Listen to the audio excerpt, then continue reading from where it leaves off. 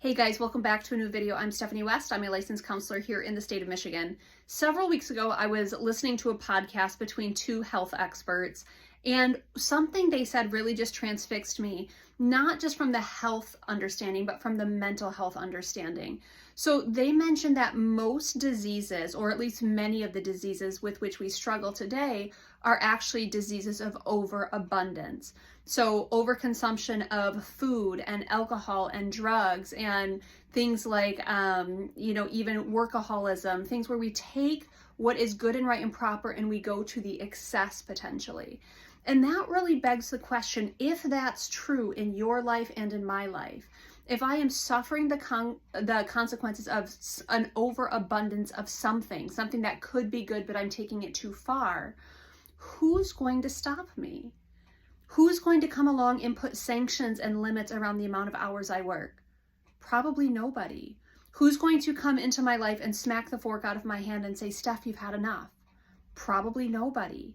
Who's going to come in my life and take my credit card and say, Steph, no more?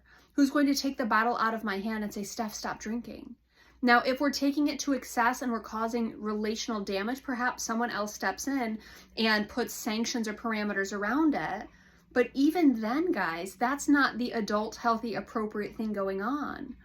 Maturity says if the consequences of overabundance means I suffer, perhaps I have to set parameters around what is good and right and proper.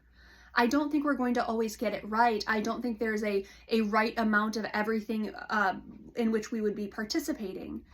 I do believe, though, that we are the ones responsible for imposing limits on ourselves, figuring out our values, our preferences, what is good and right and proper for our health, and then living within the code of conduct that we've set for ourselves. Not because we can't go out and eat and drink and be merry. You're allowed to do all the things, but not everything is for your good, and you're going to have to be the one that puts limits on it. Other people shouldn't be responsible for imposing limitations on my life, saying, Steph, that's too much, you've taken it too far, now you're causing destruction in your life or you're causing distress in other people's lives. That is on me. Now, others can invite me into understanding, but if I know that by and large, the distresses of our current modern age are distresses of overabundance, that does invite me into understanding, perhaps I should limit myself to things. Perhaps I should figure out how far can I take it? What is the line? How do I buffer the line or stay away from the line? How do I not take it too far? Because ultimately it's my health, my relationships, my bank account, my stress level, all of those things are affected because of my choices. Now, other people do influence things in our lives, absolutely. We don't want to be hyper independent and kind of over independent here. But the reality is overabundance is at most of our fingertips all the time. Overabundance of social media, overabundance of social comparison, overabundance of most anything. And it can cause distress, and it can cause disrepair, and it can even cause disease. So what do we want to do with that understanding?